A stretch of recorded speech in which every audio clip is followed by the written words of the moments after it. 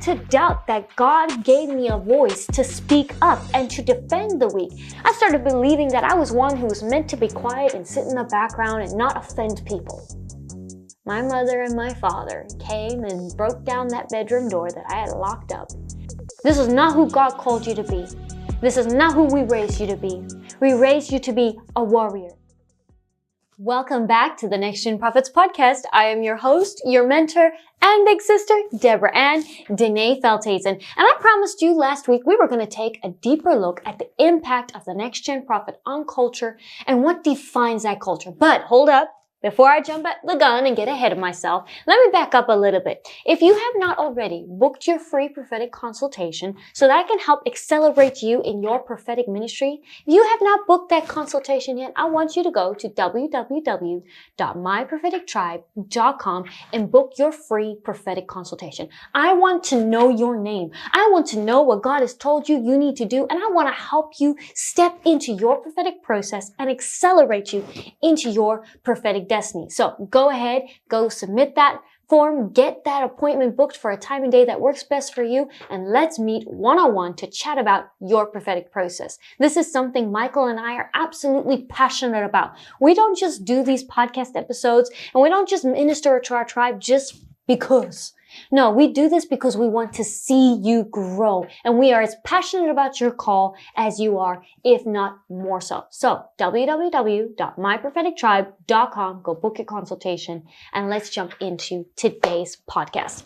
Now, this week, I want to discuss the very first point that defines culture, and it is the culture of identity and belonging. This first part of culture is very important to our society as a whole. When we have a sense of who we are, our identity, we gain a boldness and an assurance of where we are and our place in the world. And with that assurance of who we are comes a sense of belonging, a sense of being right in the world. When we can walk into our workplace, we can walk into our church or our home, and we know we belong. Everything lines up with who we are. We feel comfortable. And when we are in environments that make us feel comfortable, we start stepping into areas of innovation, of creativity. Revelation starts flowing up out of us. And so as a society, one of the first things that define culture starts with our identity and sense of belonging. And when we look in the Word of God, actually, there are 10 very clear commandments that God gave us that help us break down those 10 pivotal elements of culture that we were discussing last week. And for the first one, in regards to identity and a sense of belonging, it starts with the very first commandment in Exodus verses 2-3, which is, "You shall have no other gods before me."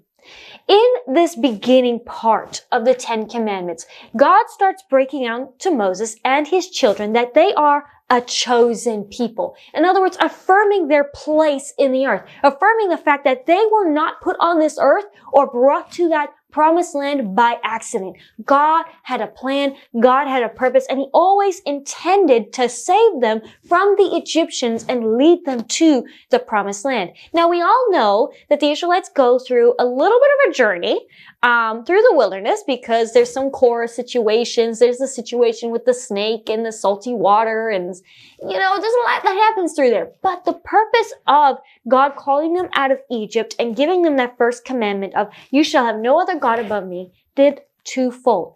It gave them a sense of purpose and belonging, and then helped affirm their identity. Because remember, back in Genesis, we learned that our identity is founded in God. He created us, the word says he created us after his own image.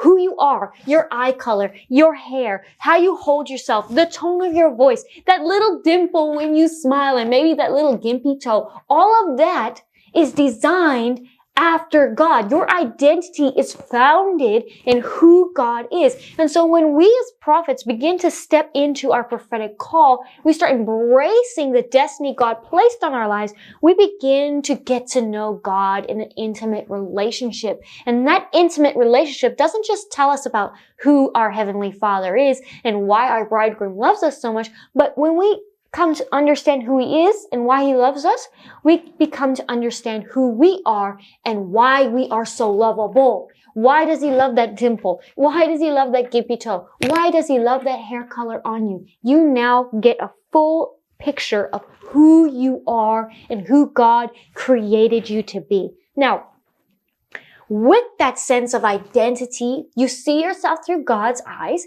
We now come to this place of belonging. Now, we can know who we are, but if we don't have a place to belong or feel like we belong in an environment, we begin to question our identity. And that's why God aligns us with tribes. That's why God brought the children of Israel together as a tribe. Even though there were 12 additional tribes within the nation of Israel, they came together as a united people. Yes, they each had their own interpretation of the culture. They had their own specialties as a whole unit, as a society, but it was by coming together under a united place to belong under God's covering that they came to get a sense of purpose and they could accept and love one another. Now, the Babylonians, they didn't love the Israelites. The Egyptians, they didn't like the Israelites at all, especially after that quick exit from Egypt.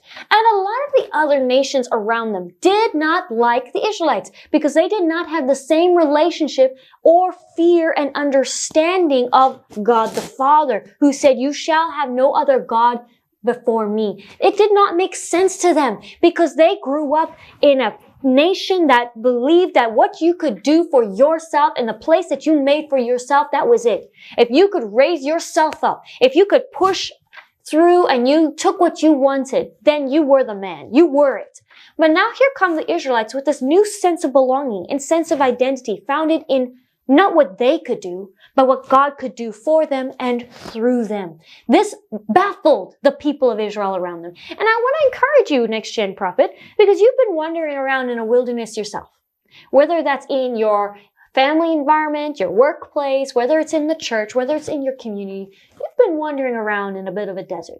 You've been wondering, what's my purpose here? Why does nobody seem to get or understand me and where I'm coming from? Because they're not quite your tribe yet. See, you're called to change that culture. You're called to bring the people together in a united front under one tribe, under one banner, under one God, who you shall not serve or worship any other gods above. He is your sense of purpose. He brings you your identity, and with that identity, with that tribe, comes the affirmation you've been seeking. I will never forget the day that I really discovered my identity as Deborah-Anne Dene Veldhuizen, or at the time, Deborah-Anne Dene Toach. I was a teenager. I was going through my rebellion. I was trying to figure my life out by myself. See, I grew up in church. And I didn't just grow up in church. I grew up listening, watching, and learning from the apostle of the work. My mother, she had that eye where she could look at me from the stage. She'd be mid-preach and she wouldn't even stutter. She'd just give me a look halfway across the stage and I knew what she meant. I knew she meant to sit down and be quiet. I knew because God was speaking to me in that moment. So hearing God and the intimacy with Him was not a new thing for me. I knew who He was. I knew what was going on. But I had decided I knew better.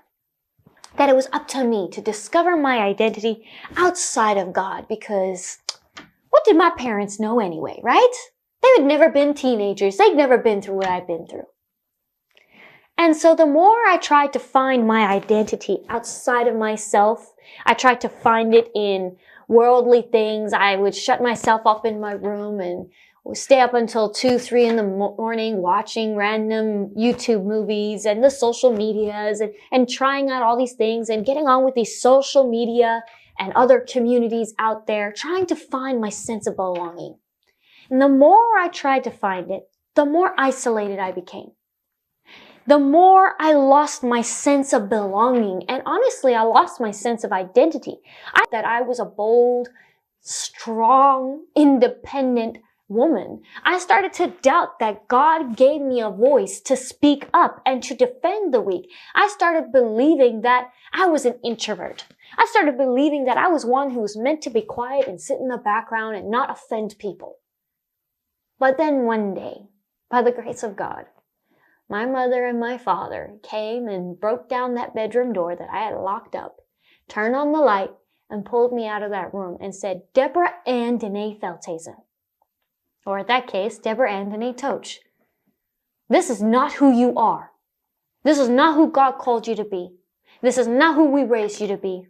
We raised you to be a warrior. We raised you to be the Deborah who you are named after. One who will ride into battle and will be there to minister to God's people. One who will give people a safe place to remain. That's who you are. That's who you've been called to be. Now look, this isn't a fairy tale. I did not immediately become the person right then and there. But in that moment, a shift took place where I started realizing how far I had gone from the identity and place to belong that God had originally given me. See, the devil had tricked me. He tricked me into believing that my identity was out there somewhere in the great beyond, in the rest of the world. And by getting to know the rest of the world, I would get to know who I was. But Jesus knew better, didn't he? When he was out in that wilderness for those 40 days, and the devil came to tempt him and tell him who he was and try to give him a sense of belonging and identity, he said, no, that's not who my Father is, and I will do as my Father does. And Next Gen Prophet, do as your Father does. I am giving you express permission to step out of your comfort zone, to step back into your place to belong, into the identity God told you and gave you back in your mother's womb. And as we go through the rest of this week, we're going to break down one of the main aspects of our treat culture that really help epitomize finding your identity and sense of belonging. And then I'm also going to cover what comes from finding that identity and sense of belonging that will help you change the culture of your environment. So if you haven't already done so, I want you to make sure that you have booked your free consultation because I want to continue this conversation with you. But also, I would love to meet you at our Next Gen Prophet Summit happening in February 2025. That's the 21st and 22nd of February. I'd love to meet you live, but if you cannot make it live, it's okay. Your big bro and sis, we've got your back. You see, we just released our Meerkat Pack access ticket. And what this does is it gives you access to the Zoom room to be in every single one of those meetings. It gives you access to private breakout rooms where we're going to give you practical projects on how to step into your destiny. So go ahead, book your Meerkat Pack ticket. If you're not going to join us live, I'd love to see you live and give you a hug. I'd love to pray with you in person and work with you in person. But if not, create your own watch party with the Meerkat Pack there at myprophetictribe.com. Okay? This is your big sister signing out. I will see you in the next podcast.